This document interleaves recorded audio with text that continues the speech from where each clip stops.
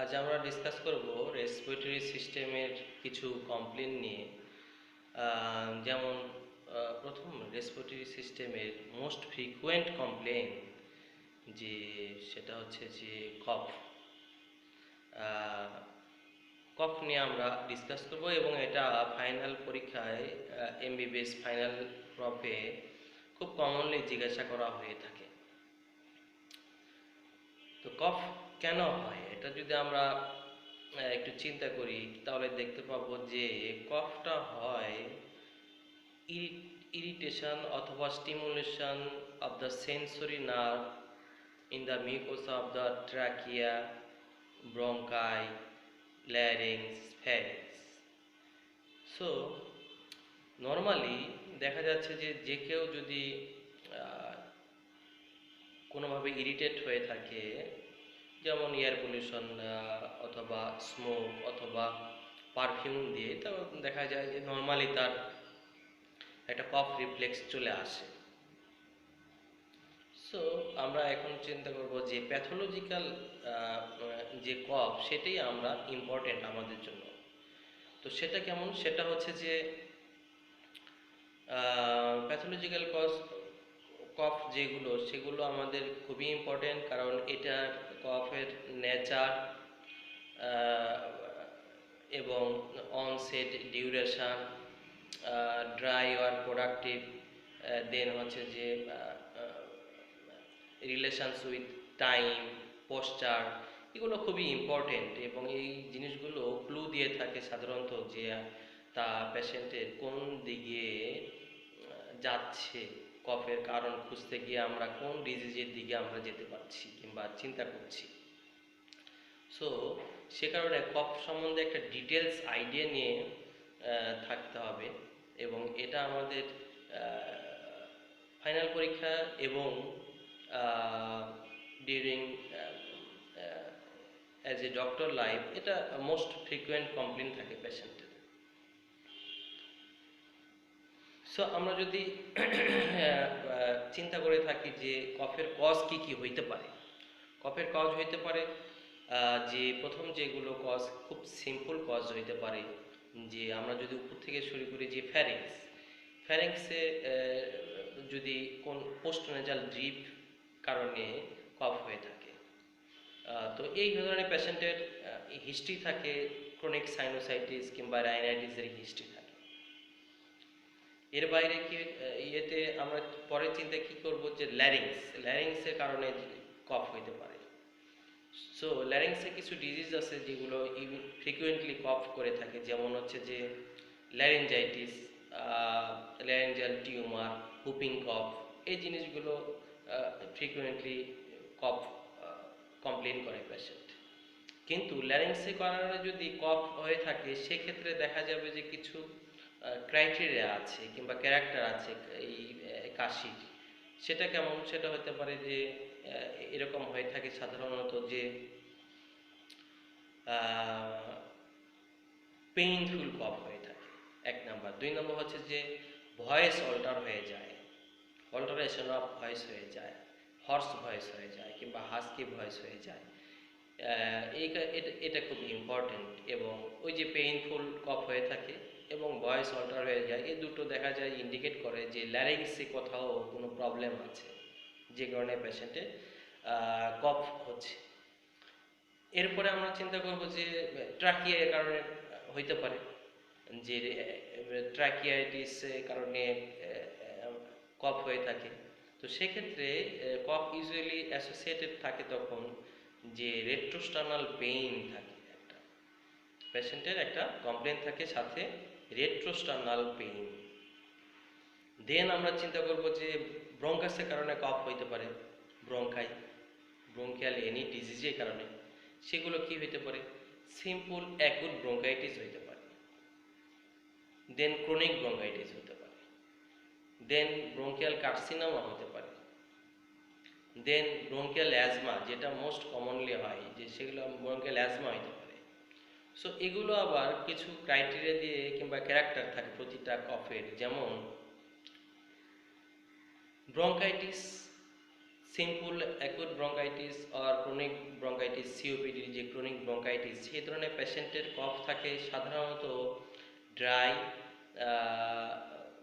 Acute ব্রঙ্কাইটিসের ক্ষেত্রে dry, chronic ব্রঙ্কাইটিসের ক্ষেত্রে দেখা যায় যে এটা প্রোডাক্টিভ হয়ে যায়। কিন্তু মূল ইম্পর্টেন্ট যেটা যে এই কফটা আর্লি মর্নিংয়ে বেড়ে যায়। আর ব্রঙ্কিয়াল অ্যাজমার যে কফ এটা লেট নাইটে, নাইট আসলে এটা অর্স হয়ে যায়, worsening of symptom at night indicate করে এটা ব্রঙ্কিয়াল অ্যাজমা।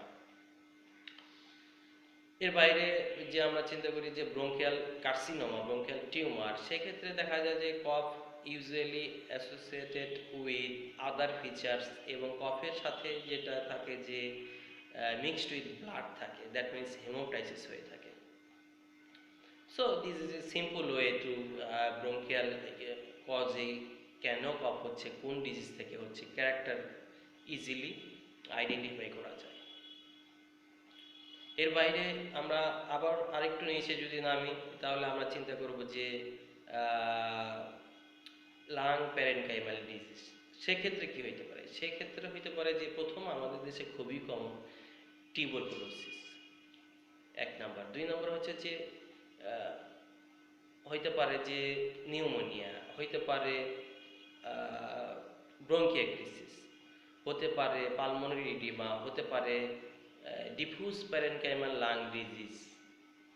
এগুলি সাধারণত আমরা লাং প্যারেনকাইমাল কজ হিসেবে আমরা চিন্তা করে থাকি।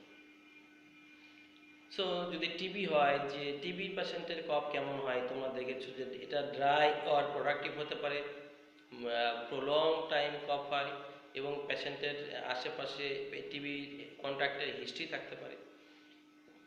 সো এটা সিম্পল ওয়েতে এটা ইন্ডিকেট করে। সাথে অ্যাসোসিয়েটেড লো গ্রেড ফিভার থাকে, নাইট সোয়েট থাকে, ওয়েট লস থাকে, ইন্ডিকেট করে দেয় that means it is a cage of tuberculosis. Pneumonia পেশেন্টের ক্ষেত্রে দেখা যায় যে পেশেন্টের ইনিশিয়ালি ড্রাই কফ থাকে এবং পেইনফুল থাকে, লেটার এটা প্রোডাক্টিভ হয়। বিশেষ করে স্টেপটোকোকাল নিউমোনিয়াতে রাস্টি কালার স্পুটাম প্রোডাকশন হয়ে থাকে। ব্রঙ্কিয়াক্টিসিসের কারণে কফ হইতে পারে, সেক্ষেত্রে কফের কিছু ক্যারেক্টার থাকে এখানে যে এই কফটা হিউজ অ্যামাউন্টে হিউজ হয়, ফাউল স্মেলিং হতে পারে, প্রফিউজ অ্যামাউন্ট এবং ফাউল স্মেলিং হতে পারে। সাথে যেটা ইম্পর্টেন্ট যে এটা পোস্টার চেঞ্জের সাথে স্পুটাম প্রোডাকশন বাড়ে কমে, এটা ইন্ডিকেট করে যে এটা ব্রঙ্কিয়াক্টিসিসের দিকে যাচ্ছে। এটা হতে পারে পালমোনারি ইডিমার কারণে কফ হইতে পারে। সেক্ষেত্রে দেখা যাবে যে পালমোনারি ইডিমার কারণে যদি কফ হয়ে থাকে, কফের কালারটা হবে কিংবা ক্যারেক্টারটা হবে pink frothy sputum, cough with pink frothy sputum. Patient দেখা যাবে যে লাইং কন্ডিশনে কফ হচ্ছে, দ্যাট মিন্স পিএনডি, অর্থোপনিয়া এগুলো থাকবে। সো ইজিলি এটা ডিফারেন্সিয়েট করতে পারি যে আমরা এটা পালমোনারি ইডিমার কারণে হচ্ছে। এর বাইরে আর কি হইতে পারে? ডিফিউজ প্যারেনকাইমাল লাং ডিজিজের কারণে হইতে পারে। সো ডিফিউজ প্যারেনকাইমাল লাং ডিজিজে যদি কফ হয়ে থাকে সেক্ষেত্রে দেখা যায় যে এটা ড্রাই, ইরিটেটিং এবং পারসিস্টেন্ট কফ, ড্রাই, ইরিটেটিং এবং পারসিস্টেন্ট কাফ, দ্যাট ইন্ডিকেটস যে এটা ডিফিউজ প্যারেনকাইমাল লাং ডিজিজ। এর বাইরে কিছু ড্রাগ কজে হয়ে থাকে। কিছু ড্রাগ মানে আমাদের দেশে মোস্ট কমন যেটা, সেটা হচ্ছে যে এসিই ইনহিবিটর, এটা সাধারণত ড্রাই কফ করে থাকে। সো পেশেন্টের একটা হিস্ট্রি থাকবে যে এসি ইনহিবিটর সে ইনটেক করে, হয়তো কার্ডিয়াক কজে হইতে পারে, অথবা সে কার্ডিয়াক কারণে হইতে পারে, অথবা সে হয়তো হাইপারটেনশনের জন্য কন্ট্রোলের জন্য এসি ইনহিবিটর রেগুলার খেয়ে থাকে। সো ড্রাগ হিস্ট্রি নিতে হবে। নেক্সট হচ্ছে যে আমরা যেমন কিছু আছে, কিছু পেশেন্ট ওবেস পেশেন্ট কিংবা যাদের ওয়েট অনেক বেশি তাদের ক্ষেত্রে দেখা যায়, কিংবা চকলেট ফুড বেশি খায় তাদের ক্ষেত্রে দেখা যায় যে আরেকটা ধরনের কফ হয়, ড্রাই কফ হয়ে থাকে অ্যাসপিরেশনের জন্য। সেটা সাধারণত হয় কেন? যে গ্যাস্ট্রো ইসোফেজিয়াল রিফ্লেক্স ডিজিজের কারণে। এখানে রিফ্লেক্স হয়, রিফ্লেক্স অ্যাসিড বলাস রিফ্লেক্স হয়ে থাকে এবং হার্টবার্ন হয়, হার্টবার্ন অ্যাসোসিয়েশন থাকে এবং একটা চেস্ট পেইন অনেকটা এনজাইনা লাইক চেস্ট পেইনও হইতে পারে, অ্যাসোসিয়েটেড থাকতে পারে। So these are the cause according to site of cough.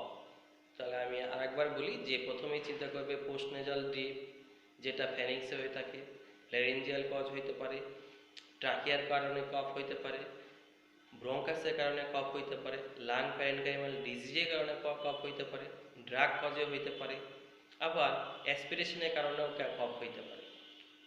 So প্রতিটার কিন্তু ক্যারেক্টার আলাদা এবং কফগুলো প্রতিটা ক্ষেত্রেই আলাদা ক্যারেক্টার নিয়ে হাজির হবে এবং তুমি তোমরা হিস্ট্রি নিলে এটা খুব সুন্দর একটা হিস্ট্রি নিলে এটা ক্লিয়ারলি ইন্ডিকেট করে যে এটা কথাকার কি কজে এই কাশি হচ্ছে। সে কারণে আমাদের একটা প্রপার হিস্ট্রি নিতে হবে কাশি। সেটা আমরা কিভাবে নিতে পারি? সেটা নিতে পারি যে প্রথম হচ্ছে যে এটা হাউ লং, মানে ডিউরেশন, অনসেটটা নিলাম, দেন হচ্ছে যে এটা কি প্যারেক্সিসমাল নাকি পারসিস্টেন্ট, দেন নিতে পারি আমরা যে এটা মোস্ট ইম্পর্টেন্ট যেটা যে এটা ড্রাই আর প্রোডাক্টিভ। যদি প্রোডাক্টিভ হয়ে থাকে সেক্ষেত্রে আমরা নিব যে অ্যামাউন্ট অফ স্পুটাম কেমন, কালার কেমন, অডর কেমন এবং পোস্টারের সাথে রিলেশন আছে কিনা, ডে নাইটের সাথে কোনো রিলেশন আছে কিনা, এরকম কিছু হিস্ট্রি আমরা নিব। এর বাইরে যে অ্যাসোসিয়েটেড ব্লাড মিক্সড স্পুটাম আছে কিনা, অ্যাসোসিয়েটেড আদার ফিচার আছে কিনা, এসব টোটাল একটা হিস্ট্রি নিলেই কফ সম্বন্ধে তোমাকে একটা ক্লু দিবে তোমাদের যে পেশেন্টের কোন জায়গায় কিংবা কি কজে এই কফটা হচ্ছে। তো সে কারণে আমরা সিম্পলি কিছু ওয়ে যেগুলো আমরা বললাম সেগুলোই অ্যাপ্লাই করে থাকি। এর বাইরে পরীক্ষায় যেগুলো ইনভেরিয়েবলি জিজ্ঞাসা করা হয় থাকে যে কয়েকটা কফের কজ বলো, তোমরা বলতে থাকবা। মোস্ট কমন আমাদের দেশে যে টিবি, এই জিনিসটা মিস করা যাবে না। প্রথম কথাই হচ্ছে যে টিবি, এটা বললে স্যাররা খুশি হয়ে থাকেন। এর বাইরে নিউমোনিয়া বলতে পারো, যেগুলো লাং প্যারেনকাইমাল ডিজিজ অথবা ব্রঙ্কিয়াল কজগুলো আগে বলবো। মেডিসিনে পরীক্ষায় এগুলোই আগে বলতে হবে, আর সাথে বলতে পারো ড্রাগ কজ। আবার জিজ্ঞাসা করা হতে পারে যে কটা ড্রাই কফের কজ বলতো। ড্রাই কফের কজ প্রথমেই তুমি বলে দিবা যে ড্রাগ ইনডিউসড, যেমন এসি ইনহিবিটর। এর বাইরে ডিপিএলডি, এর বাইরে টিবির পেশেন্ট ড্রাই কফ নিয়ে আসতে পারে। অ্যাকুট ব্রঙ্কাইটিসের পেশেন্ট মেবি ড্রাই কফ নিয়ে আসতে পারে। So this are the simple way to ask the causes of dry cough. এরপরে বলতে পারে প্রোডাক্টিভ কজে বলো তো। প্রোডাক্টিভ কজ কি হইতে পারে? টিবি হইতে পারে, নিউমোনিয়া হইতে পারে, ব্রঙ্কাইটিস হইতে পারে, দেন হচ্ছে যে লাং অ্যাবসেস হইতে পারে, দেন হচ্ছে যে ইয়েতে পালমোনারি ইডিমাতে হতে পারে। প্রতিটা ক্ষেত্রে আবার ক্যারেক্টার আলাদা, সেগুলো জিজ্ঞাসা করা হতে পারে যে অ্যামাউন্ট কেমন, প্রফিউজ অ্যামাউন্ট স্পুটাম প্রোডাকশন হলে কি চিন্তা করবে, স্ক্যান্টি যদি হয় সেক্ষেত্রে কি চিন্তা করবে, ফ্রদি স্পুটাম হলে কি চিন্তা করবে। এই জিনিসগুলোই তো আমাদেরকে জিজ্ঞাসা করা হয়ে থাকে। এর বাইরে আরেকটা জিনিস জিজ্ঞাসা করা হয়ে থাকে যে পেশেন্টের প্রলং কফ কি চিন্তা করবা, মানে ডেফিনেটলি টিউবারকুলোসিস এক নাম্বার। দেন ব্রঙ্কিয়াল কার্সিনোমা চিন্তা করতে পারো, সিওপিডি চিন্তা করতে পারো, ব্রঙ্কিয়াল অ্যাজমা চিন্তা করতে পারো, দেন হচ্ছে যে পালমোনারি ইডিমা চিন্তা করতে পারো, ডিপিএলডি চিন্তা করতে পারো, প্রলং কফ। আর অ্যাকুট যে কফ যেটা, সেটা সাধারণত ভাইরাল রেসপিরেটরি ট্র্যাক্ট ইনফেকশনে হয়ে থাকে। ভাইরাল রেসপিরেটরি ট্র্যাক্ট ইনফেকশন হইতে পারে, অ্যাকুট ব্রঙ্কাইটিস হইতে পারে। এই দুটোই মোস্ট কমন আমাদের দেশে।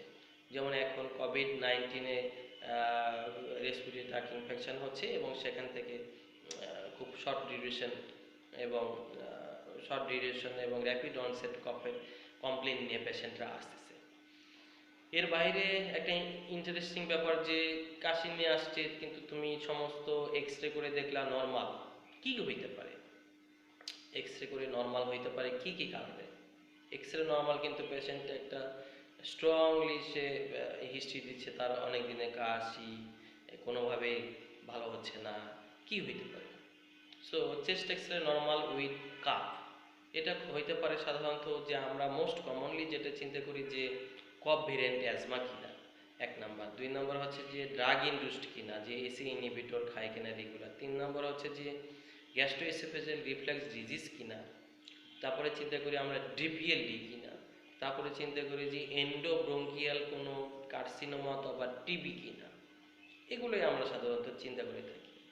সো বিভিন্ন ওয়েতে তো আমাদের জিজ্ঞাসা করা হয় যে ড্রাই কফের কজ বলো, প্রোডাক্টিভ কজের কফ বলো, কফের ক্যারেক্টার কিছু বলো, huge amount sputum, profuse foul smelling sputum, pink for the sputum, এরকম নানা কিছু অ্যাসোসিয়েটেড সিমটম বলে কি ইন্ডিকেট করে ডিজিজ, এই জিনিসগুলো জানতে হবে। ব্রঙ্কিয়াল অ্যাজমা পেশেন্টের শুধু কফ নিয়ে প্রেজেন্ট করতে পারে এবং সেটা রাত্রে বেড়ে যায়, এটা ডেফিনেটলি এটা আমরা চিন্তা করবো যে আনটিল আদারওয়াইজ অন্য কিছু না পেয়ে থাকলে এটা কফ ভেরিয়েন্ট অ্যাজমা। সো হিস্ট্রিটা ইম্পর্টেন্ট, কজগুলো মাথায় রাখতে হবে, হিস্ট্রিগুলো জানতে কীভাবে নিতে হয় সেটা একটা আর্ট, হিস্ট্রিটা সেই কারণে খুবই ইম্পর্টেন্ট। আর কজোলজিটা সবসময় মাথায় রাখতেই হবে যে কেন কফ। এবার আমরা আসি যে আমরা হেমোপটাইসিস নিয়ে, কফের সাথে যেহেতু ব্লাড মিক্সড হইলেই আমরা বলি হেমোপটাইসিস, সে কারণে হেমোপটাইসিস নিয়ে কিছু কথা বলবো। এটাও পরীক্ষায় ইনভেরিয়েবলি জিজ্ঞাসা করা হয় থাকে, বিশেষ করে কজ। তো তার আগে একটা ডেফিনেশন আমরা জানতে হবে যেটা মিস করা যাবে না পরীক্ষার হলে। কি সেটা? What is haemoptysis? হেমোপটাইসিস কিছুই না, সিম্পল বলতে পারো যে কফিং up blood irrespective of amount. So simple definition, coughing up blood irrespective of amount, এটাই হচ্ছে হেমোপটাইসিস। এখন হিস্ট্রির ক্ষেত্রে তুমি নিতে পারো যে বলতে পারো, জিজ্ঞাসা করতে পারো পেশেন্টকে, একটা ডেফিনেটলি জিজ্ঞাসা করতে হবে এটা কি ট্রু হেমোপটাইসিস নাকি হেমাটোমেসিস নাকি গাম ব্লিডিং। এই জিনিসগুলো কিন্তু ক্লারিফাই করতেই হয়, কারণ তোমাকে বিভিন্নভাবে পেশেন্ট এসে বলতে পারে যে এটা হেমাটোমেসিসের পেশেন্ট বলতে পারে যে হেমোপটাইসিস কমপ্লিট করতে পারে, আবার গাম ব্লিডিংয়ে নিয়ে আসছে বেসিক্যালি, কিন্তু তোমার কাছে কমপ্লেন করছে হয়তো হেমোপটাইসিস। সো এটা কিন্তু ক্লারিফাই করা ইম্পর্টেন্ট। এখন আমরা যদি আসি যে ইম্পর্টেন্ট কজেস অফ দ্য কফ, আমাদের দেশে মোস্ট কমন হচ্ছে যে ইম্পর্টেন্ট কজেস অফ হেমোপটাইসিস। আমাদের দেশে most common cause definitely tuberculosis. এর বাইরে ফ্রিকুয়েন্ট একটা কজ আছে যে অ্যাকুট ব্রঙ্কাইটিস। অ্যাকুট ব্রঙ্কাইটিস, এই দুটো ডেফিনেটলি বলতে হবে। কিন্তু আমরা যদি একটা সিস্টেমিক ওয়েতে কজোলজি চিন্তা করি তাহলে আমরা প্রথমেই চিন্তা করব ব্রঙ্কিয়াল কজে কী কারণে হইতে পারে। ব্রঙ্কিয়াল কারণে হইতে পারে প্রথমেই হচ্ছে যে অ্যাকুট ব্রঙ্কাইটিস, দুই নম্বরে হইতে পারে ব্রঙ্কিয়াল কার্সিনোমা, তিন নম্বর হচ্ছে যে হইতে পারে যে ব্রঙ্কিয়াল ফরেন বডির কারণে হইতে পারে, ব্রঙ্কিয়েকটিসিসের কারণে হইতে পারে। এগুলোই আমরা চিন্তা করতে পারবো। তাহলে সিম্পল প্রথম যেটা ব্রঙ্কিয়াল কজ, আমরা দুইটাই ডেফিনেটলি মনে রাখবো, একটা অ্যাকুট ব্রঙ্কাইটিস, দুই নম্বর হচ্ছে যে ব্রঙ্কিয়াল কার্সিনোমা। দেন আমরা চিন্তা করবো যে লাং প্যারেনকাইমাল ডিজিজ, সেটা কি হইতে পারে? লাং প্যারেনকাইমাল ডিজিজ যে হইতে পারে প্রথম যেটা বলবো আমরা টিউবারকুলোসিস। দেন হইতে পারে নিউমোনিয়া হইতে পারে, বিশেষ করে সাপোর্টিভ নিউমোনিয়া, লাং অ্যাবসেসে হইতে পারে। দেন হচ্ছে ব্রঙ্কিয়েকটিসিসে হইতে পারে। দেন হচ্ছে যে মাইসেটোমা হইতে পারে, ফাঙ্গাল ইনফেকশন, ম্যাসিভ হেমোপটাইসিস নিয়ে আসতে পারে। সো এই কটা ইম্পর্টেন্ট। দেন আমরা চিন্তা করি যে লাং হাইসেলের কোনো কারণে কেন, লাং ভাস্কুলারেচারের কারণে কোনো কজ হইতে পারে কিনা। হ্যাঁ, ডেফিনেটলি হইতে পারে, যেমন পালমোনারি ইনফার্কশন অথবা গুড পাস্টুর সিনড্রোম, যেটা একটা সিস্টেমিক ডিজিজ, আদার রেনাল সিস্টেমও ইনভলভ থাকে। এর বাইরে ব্রঙ্কাস, লাং ভাস্কুলার, এর বাইরেও কি হইতে পারে হেমোপটাইসিস? হ্যাঁ, হইতে পারে। কার্ডিয়াক কজে হইতে পারে, যেমন হার্ট ফেলিওরে হইতে পারে। দেন হচ্ছে যে অ্যাকুটলি, যেটা আমরা বলি অ্যাকুটলি ভেন্টিকুলার ফেইলার। এর বাইরে মাইট্রাল স্টেনোসিসের পেশেন্ট ফ্রিকুয়েন্টলি হেমোপটাইসিস কমপ্লেন করতে পারে। সো কার্ডিয়াক কিছু কজ বললাম, দুইটা কজ মাথায় রাখলেই হবে। আর আরেকটা হচ্ছে যে পেশেন্ট যদি অ্যান্টিকোয়াগুলেন্ট খেয়ে থাকে, যেমন ওয়ারফেরিন, কোনো কারণে কোনো ডিজিজের কারণে, কিংবা হার্ট বাল্ব রিপ্লেস করা হয়েছে সে কারণে ওয়ারফেরিন রেগুলার খাচ্ছে, অথবা পেশেন্টের যে কোয়াগুলেশন ডিসঅর্ডার আছে, যেমন হচ্ছে যে হেমোফিলিয়া, সো এই পেশেন্টও কিন্তু হেমোপ্রেসিস নিয়ে আসতে পারে। সো কজ আমাদের মাথায় রাখতে হবে, কজগুলো মাথায় রেখে আমাদের পেশেন্টকে ম্যানেজ করতে হবে। সো ম্যানেজমেন্টে আমরা যদি চিন্তা করি যে একটা হেমোপ্রেসিসের পেশেন্ট আসলে আমরা কি করব, ম্যানেজমেন্ট হচ্ছে যে খুবই ইম্পর্টেন্ট, যেটা যে পেশেন্টকে ফার্স্ট রিঅ্যাসিওর করতে হবে, পেশেন্টকে প্রপটাপ কন্ডিশনে রাখতে হবে, দেন একটা প্রপার হিস্ট্রি নিতে হবে, প্রপার নার্সিং করতে হবে, দেন হাই ফ্লো অক্সিজেন দিয়ে রাখতে পারো, একটা অক্সিজেন দিয়ে রাখলে পেশেন্ট ভয়ভীতি থেকে দূর হয়ে যাবে, একটা আইভি ফ্লুইড দিয়ে রাখতে পারো, যে পেশেন্ট অনেক সময় রক ব্লাড দেখে সিনকোপাল অ্যাটাকে যেতে পারে, অনেক সময় সেন্সলেস হয়ে যায়, সে কারণে একটা আইভি ফ্লুইড দিয়ে রাখতে পারো। এরপরে তুমি একটা সিম্পল কিছু ব্লাড টেস্ট করতে পারো, একটা সিবিসি করতে পারো, একটা চেস্ট এক্সরে খুবই ইম্পর্টেন্ট করতে পারো, এর বাইরে কোয়াগুলেশন টেস্ট করতে পারো। এগুলো দেখে ফার্দার যে না ডেফিনিট কোনো কজ আছে, সেক্ষেত্রে আমরা ব্রঙ্কোস্কোপি করব, রিজিড ব্রঙ্কোস্কোপি করতে পারি উইথ আন্ডার জেনারেল অ্যানেস্থেসিয়া। আর যদি সেটাও যদি নর্মাল আসে, সেক্ষেত্রে আমরা ব্রঙ্কিয়াল আর্টেরিওগ্রাফি করে থাকি, এবং তখন একটা ভাস্কুলার চিন্তা করে থাকি, ভাস্কুলার কোনো কজ কিনা, সেখানে যদি কোনো কজ থাকে তখন আমরা সেটা ডিটেক্ট করে সেটা ট্রিটমেন্ট করি। এভাবে একটা পেশেন্টের ব্রঙ্কিয়াল হেমোপ্টাইসিসে একটা পেশেন্টকে ম্যানেজ করা হয়ে থাকে।